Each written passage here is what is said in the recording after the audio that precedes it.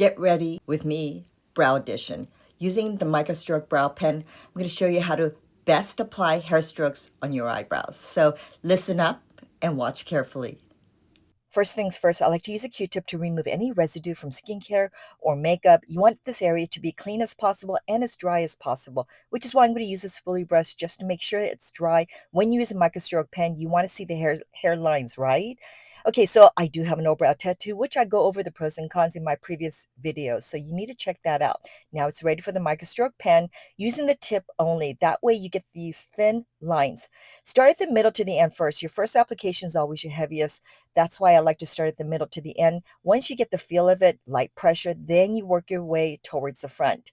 You know, makeup wasn't usually on sale in my days when I bought makeup. Nowadays, it is. So you want to take advantage of it, right? With the right hand you and doing your left eyebrow, make sure that you hold the pen this way in an angle, light pressure again, starting at the middle to the end. Yeah, take advantage of the Black Friday sale and get as much as you can. The slow-mo shows you, look at these hairlines, right? Go at the base of the lower part of the eyebrows and just work your way in an angle. Because of the tattoo, obviously it helps, but if you don't have one, apply some powder or some pencil. Use a spoolie brush. The pencil or powder will give you that background, right? The spoolie brush will tone down the hair strokes, and use your finger if it gets a little wet from the pen.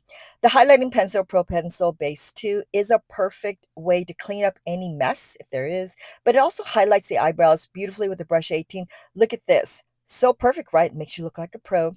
The Brow Freeze Gel. Just get a tiny bit and go slowly, working your way in an angle. I do have a little bit of hair up in the front.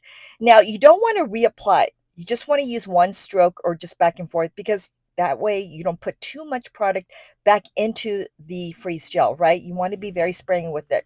I like to go over it with the spoolie brush again, just to kind of move it around. Use the back part just to paste it up. So freeze gel, the brush 18, the highlighter, and the microstroke pen. And of course, don't forget the Q-tip. Perfect. Happy shopping.